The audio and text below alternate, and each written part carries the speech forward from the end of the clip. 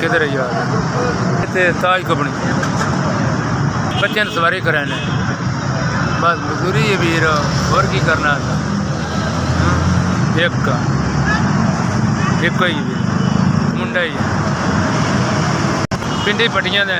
दो तीन जी हाँ एक बीवी एक मुंडा एक मैं हाँ गरीब बंदे हैं पिंडी पट्टियां दे वीर मजदूरी लाहौर एक कमैन आए हैं और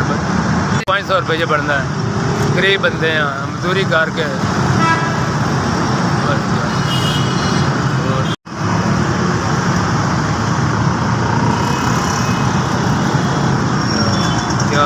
जेड़े 4000 दिता है उन्हें सुख देवे उन्हें जाति पूरी लम्मी करे सुख देवे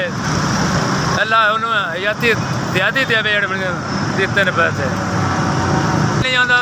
जिंदगी ज्यादा दे देवे बस